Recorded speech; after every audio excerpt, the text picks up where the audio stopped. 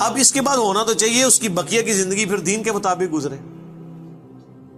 بقیہ یہ ہوتا ہے کہ وہ پھر 4-5 گنڈے اور اکٹھے کر کے اپنا بدلہ اتارتا ہے اپنے مخالف سے, یہ رزلٹ نکالتا ہے اس سے. حالانکہ جو یہ شخص کہہ رہا ہے کہ جی جو رات قبر میں ہے وہ باہر نہیں اور جو باہر ہے وہ اندر نہیں, اس کے بعد تو پھر اس کی زندگی چینج ہونی چاہیے نا, اسے اپنی موت اتنی سامنے دیکھ کے اسے اپنی آخرت کی تیاری کرنی چاہیے نا. لیکن وہ سورۃ الانعام میں ہے, اللہ تعالیٰ نے تو اس سے بھی بڑی بات کی ہے کہ جو نافرمان لوگ ہیں نا, اگر ہم انہیں دنیا میں دوبارہ بھی بھیج دینا تب بھی یہی کام کریں گے. یہ ہم نے سر خود دیکھا ہے,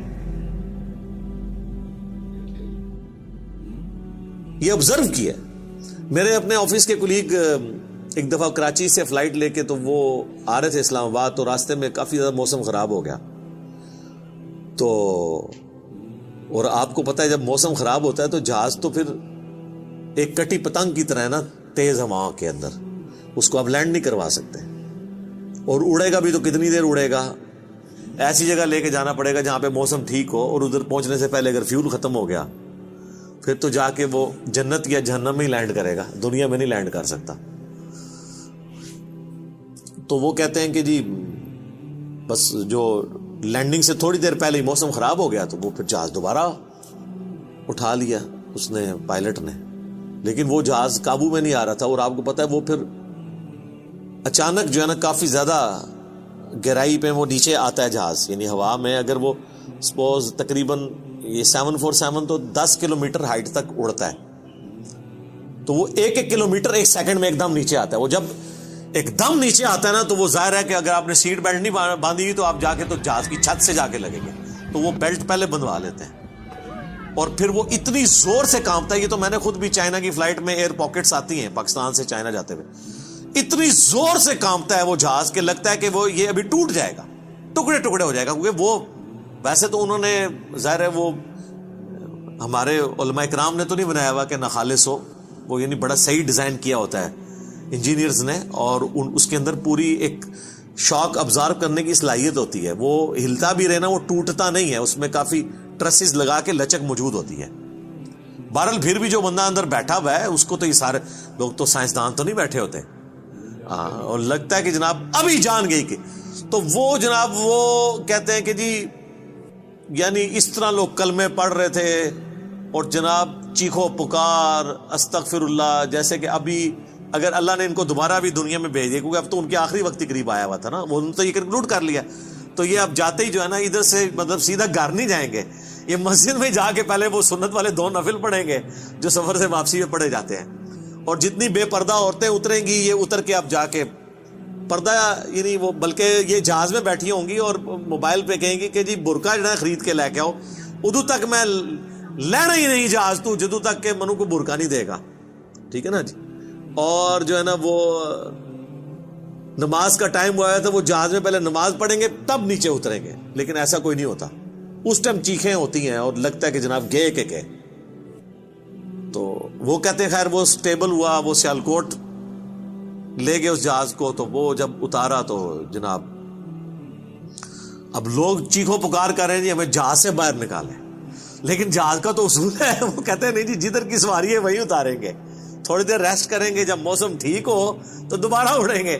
اب جو موت سامنے دیکھ کے ایک بار تازہ لینڈ کیا ہو, وہ کہتے ہیں جی جناب تو وہ بتا رہے تھے کہ جہاز میں جناب انہوں نے منتیں کی.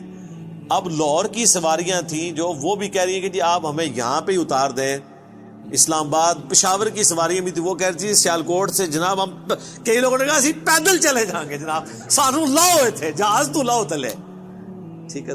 تو وہ لیکن ان کا ایک اصول ہوتا ہے, وہ انہوں نے یہ چیک کیا کہ بھی جو سیالکوٹ کے یا قریبی علاقوں ان کو تو اجازت دے دی, لیکن دور والوں کو نہیں جناب آپ کو چھوڑ کے, وہ کہتے ہیں جناب مہربانی کرو سانو چھوڑ کے نہ ہو. تو اس طرح موت کا یعنی روب طاری ہوا ہوتا ہے. تو یہ یعنی بات کرنا آسان ہے, جب موت سامنے آتی ہے نا بڑے بڑے لوگ, اور یہ سورۃ الانعام میں جو اللہ تعالیٰ نے فرمایا نا کہ ہم انہیں دنیا میں دوبارہ بھیج دیں یہی کام کریں گے, تو یہ کرنا شروع ہو جاتے ہیں نا. میں خود اسلام آباد میں پشاور موڑ جو ہے نا G8 مرکز, اسے پشاور موڑ بھی کہتے ہیں, جس طرح G9 مرکز اسلام آباد میں اسے کراچی کمپنی کہتے ہیں. تو ادھر میں ایک دفعہ ایک ٹیکسی میں نے لی, تو وہ ٹیکسی والے سے میری ڈسکشن شروع ہوئی, تو وہ کہنے لگا جی مجھے تو اللہ تعالیٰ نے نئی زندگی دی ہے.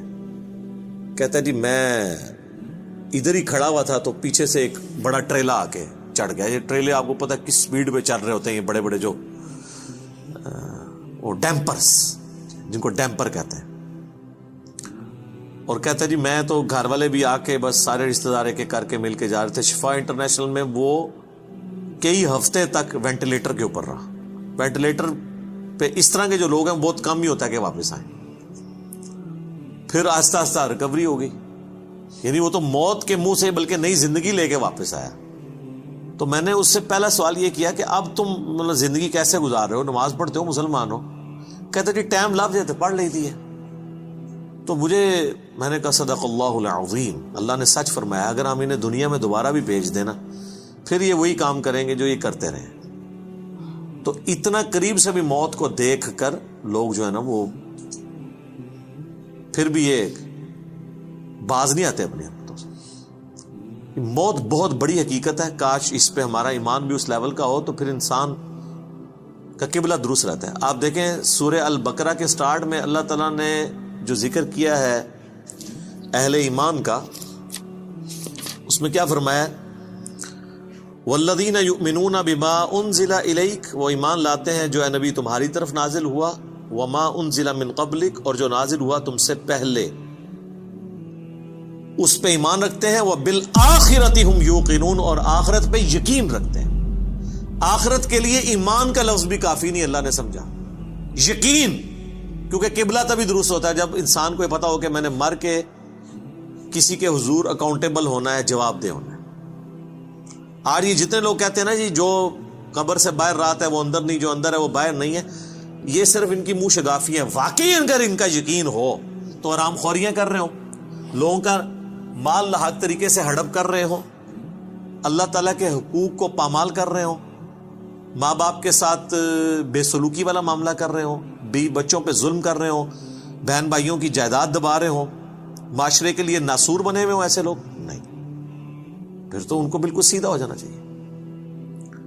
تو بات کہاں سے شروع ہوئی تھی کہ اللہ تعالیٰ فرما رہا ہے کہ تم اپنے آپ کو مضبوط قلعوں میں بھی بند کر لو نا, تب بھی موت تمہیں آ کر رہنی ہے. موت کو کوئی ٹال نہیں سکتا, کیونکہ موت تو اللہ تعالیٰ نے بھیجنی ہے. اللہ کے پاس تو کروڑوں آپشنز ہیں. ایگزٹس تو ہر شخص کا اس دنیا سے لکھا ہے, خواہ ایئر کریش میں ہو, چاہے ہارٹ فیلئر سے ہو, خواہ کسی شیر کے پیٹ میں جا کے ہو, خواہ کڈنی فیلئر سے ہو, خواہ کسی روڈ ایکسیڈنٹ میں ہو, ہر بندے نے دنیا سے جانا ہے اور وہ طے ہے, اس سے آگے پیچھے نہیں ہوگا. البتہ جو قاتل کو ہم سزا دیتے ہیں اس لیے کہ قاتل جو ہوتا ہے اس کو اللہ تعالیٰ نے یہ کام کرنے سے منع کیا ہوا ہے, وہ اس کی وجہ سے اسے سزا دی جاتی ہے. اس وجہ سے نہیں کہ وقت سے پہلے اسے قتل کر اس نے مار دیا, کیونکہ اس نے مارا اپنی ویل سے ہے, نافرمان, اس کی تو موت آنی تھی. اور اللہ تعالیٰ کو تو اپنے علم سے یہ بھی پتا ہے کہ کس نے کیا کرنا ہے, لیکن اللہ نے کسی کو پابند نہیں اپنے علم کا کیا کہ تو نے یہ کرنا ہے, بلکہ اللہ نے مستقبل کو فورس ہی خود ہی کیا ہوا ہے. جس طرح ایک استاد جب کسی نالائق شاگرد کو پیپروں سے ایک ہفتہ پہلے کہتا ہے کہ پتر تو فیل ہو جانا ہے, اور وہ فیل ہو بھی جائے, تو اس استاد کو آگے نہیں گلا کر سکتا ہے وہ اسٹوڈنٹ کے سر جی تہاڈی زبان بڑی کالی ہے, تسی کیا سی تاں میں فیل ہویا, میں نے بڑی محنت کی تھی. نہیں, تو اللہ تعالیٰ کو تو ڈیوائن علم بڑا کامل ہے, وہ مستقبل کے بارے میں فورس ہی کرتا ہے. اب رہا یہ معاملہ کہ اللہ نے ہمیں اس آزمائش میں ڈالا کیوں ہے, تو وہ اللہ نے اس کو بیان کر دیا. لا یسأل عما یفعل, اللہ کو کوئی نہیں پوچھ سکتا کہ اس نے یہ کیوں کیا. وہم یسألون, اور اللہ ہر ایک کو پوچھے گا. تو ابھی تو فی الوقت اللہ نے جس امتحان میں ڈالا ہے اس میں آپ نے گیون سرکمسٹانسز میں پرفارم کرنے کی کوشش کرنی. ہماری ایک اکیڈمی کے بڑے قریبی ہمارے ممبر عمر بھائی فوت ہو گئے, آلموسٹ 37 ایئرس کی ایج میں, اللہ تعالیٰ ان کی مغفرت کرے. اور ماشاءاللہ انہوں نے اپنی ینگ ایج کے اندر اپنے عقیدہ توحید کی اصلاح کی, اپنے گھر والوں تک اصلاح پہنچائی, اپنے والدین تک پہنچائی. خوش قسمت ہوتے ہیں وہ لوگ جو جوانی میں خود بھی توبہ کرتے ہیں اور اپنے بوڑھے 70-80 سال کے ماں باپ جو روایتی دین کو, قبر پرستی کے دین کو لے کے چل رہے ہوں, بزرگ بابوں کے دین کو, ان کو بھی وہ اپنے ساتھ اس رائے حق پہ لانے میں کامیاب ہو جائیں, یہ نصیب والوں کا حصہ. تو ان میں سے ایک ہمارے وہ عمر بھائی بھی تھے. ان کا جنازہ بھی آپ کو پتہ ہے میں نے پڑھایا تھا. جیلم کی تاریخ میں چند بڑے جنازوں میں سے تھا وہ, ہزاروں لوگ اس میں شریک تھے. تو ان کی اچانک ڈیتھ ہوئی ہارٹ فیلئر سے. ینگ ایج میں اگر کسی کو ہارٹ اٹیک ہو تو یہ چانس ہوتے ہیں کہ اس کا ہارٹ فیل ہو جائے گا, کیونکہ ہارٹ ریئیکٹ کرتا ہے. بوڑھا بندہ پھر بھی سروائیو کر جاتا ہے. تو مجھے صحیح طرح یاد ہے کہ وہ ان کا ہارٹ فیل ہونے سے کچھ عرصہ پہلے کی بات ہے, 2017 میں جب میرے پہ پہلی دفعہ مرڈر اٹیمپٹ ہوئی 28 اکتوبر کو, اور اس میں میرا کافی خون بھی ضائع ہوا, کافی زیادہ زخم آیا, آپ لوگوں کو پتہ ہے. تو اس کے بعد میں عمر بھائی کے پاس ایک دفعہ گیا, ان کے شاپ پہ, ان کی فرنیچر کا بہت بڑا کاروبار ہے جیلم میں. تو میں نے گپ شپ شروع ہوئی تو مجھے کہتے ہیں علی بھائی میں چاہ رہا ہوں آپ کے لیے نا کوئی باڈی گارڈ رکھ دیتے ہیں, تو میں اس کی پیمنٹ کر دیا کروں گا. تو میں نے ان کو کہا کہ میرے بھائی آپ کا ابھی تک یہ یقین کامل نہیں ہوا کہ موت کو کوئی ٹال نہیں سکتا. تو پھر میں نے ان کو یہی آیات کوٹ کی تھی کہ اپنے آپ کو مضبوط, اینما تکونوا یدرککم الموت ولو کنتم فی بروج مشیدہ, تم جہاں کہیں بھی ہو موت تمہیں آ کے دبوچ لے گی, خواہ اپنے آپ کو مضبوط قلعوں میں بھی بند کر لو. تو میں نے ان کو بھی یہ بات سمجھائی. میں نے کہا میرے بھائی باہر کی ٹریفک کو تو آپ کنٹرول کر سکتے ہیں, کسی حملہ آور کو تو آپ روک سکتے ہیں, اندر جو اتنی کمپلیکس ٹریفک ہے, روزانہ میرا دل 1,00,000 دفعہ دھڑک کر 10,000 لیٹر خون پمپ کرتا ہے میری نسوں میں, اس ٹریفک کو کون کنٹرول کر سکتے ہیں؟ 25 دفعہ ڈریسز کرتے ہیں روزانہ میرے گردے, یہ کام کرنا چھوڑ دیں, اس کو کون کنٹرول کر سکتا ہے؟ 23,000 دفعہ آلموسٹ پھیپڑے سانس اندر کرتے ہیں, اتنی دفعہ باہر کرتے ہیں. اب تو یہ کورونا کی وجہ سے لوگوں کو پوچھے نظر ان کو سانس لینا کتنا مشکل ہو رہا ہے, ریکوری ہوتے بھی کئی مہینے لگتے ہیں. یہ سانس ہمیں خود لینا پڑ جائے نا یاد کر کے, ایک دن نہیں آپ سانس لے سکتے.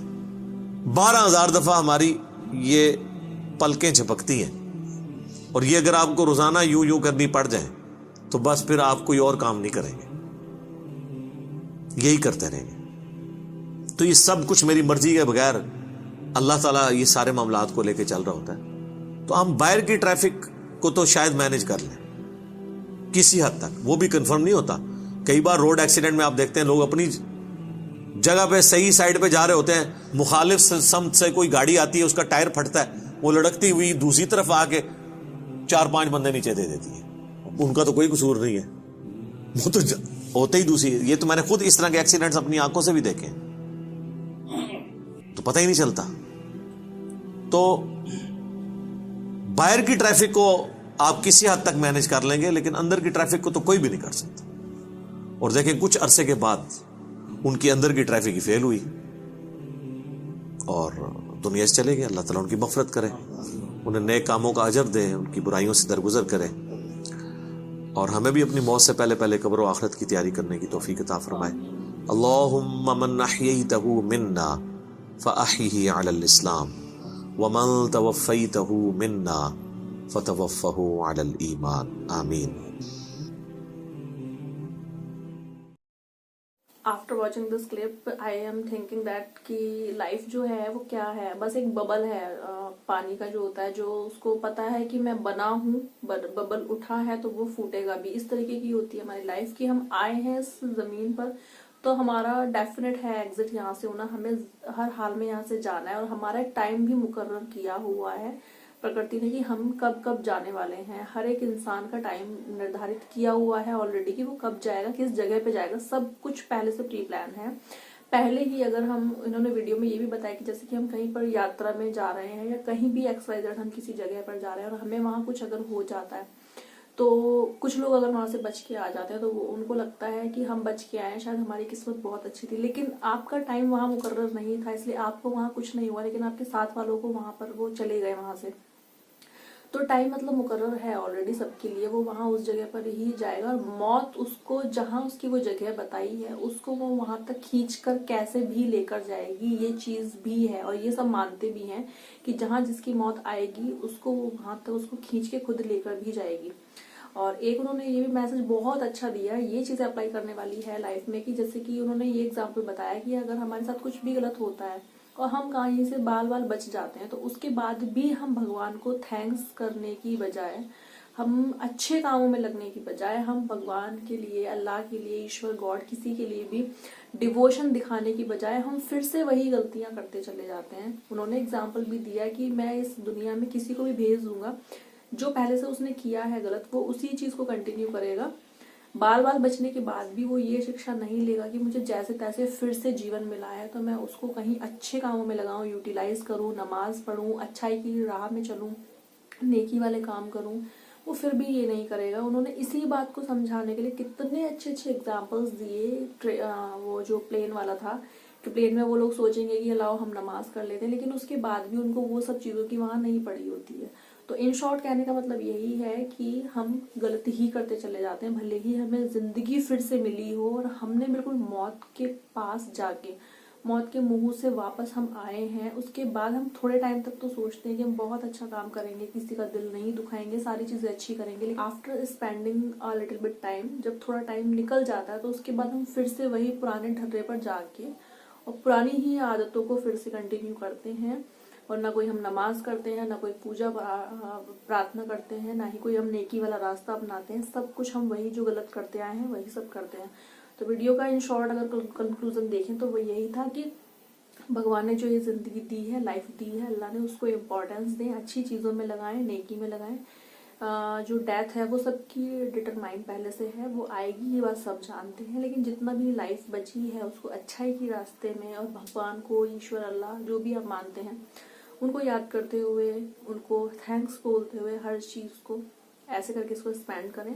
بہت اچھا کلپ لگا، اور اندر سے فیل، مطلب ہمیں پتا ہے اس ریالٹی کے بارے میں، ڈیتھ جو الٹیمیٹ ریالٹی ہے اس کے بارے میں سب پتا ہے، لیکن ایسی ویڈیو کلپ کے دیکھنے کے بعد جو یہ اس ٹائپ کا کانسیپٹ ہوتا ہے وہ مائنڈ میں اور بھی زیادہ اسٹرانگ ہو جاتا ہے، تو اور بھی من کرتا ہے کہ ہم اچھائی میں اپنے جیون کو لگائیں۔ اگر یہ زندگی کسی اچھی چیز میں لگ جائے تو بس یہی ہمارا ایک مین موٹیو ہونا چاہیے لائف کا۔